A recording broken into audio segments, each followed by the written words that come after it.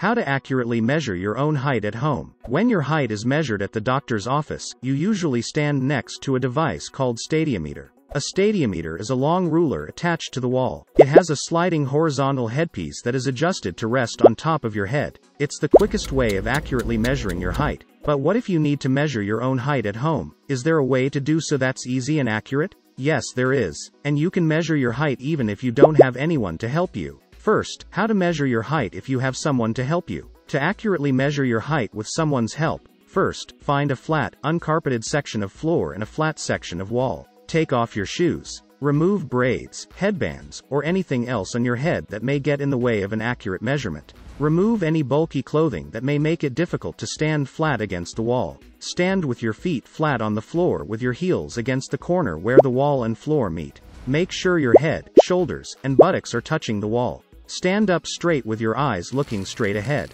Your line of sight and chin should be parallel to the floor. Have someone place a flat object, like a ruler or hardcover book, against the wall at a right angle. Then have them lower it until it rests gently on top of your head, keeping it at a right angle to the wall. Lightly mark the wall with a pencil at the point where the ruler or book, or other flat object, meets your head. Use a tape measure, ideally a metal one that will remain straight, to measure the distance from the floor to the mark on the wall. Take note of the measurement to the nearest 1/8 of an inch or 0.1 centimeter.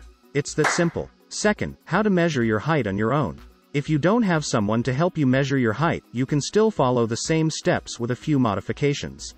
Use a cereal box or similar object to measure the height of your head against the wall. A ruler or book may be more difficult to keep straight and flat on top of your head if you're doing it on your own. If possible, stand facing a mirror to make sure the cereal box, or whatever headpiece you're using, is parallel to the floor. With one hand holding the box, use your other hand to mark on the wall where the bottom of the box meets the top of your head. Or, if you can hold the box steady, step out from underneath it and mark the wall with one hand while holding the box in place with the other. Use a tape measure to measure the distance from the floor to where you marked the wall.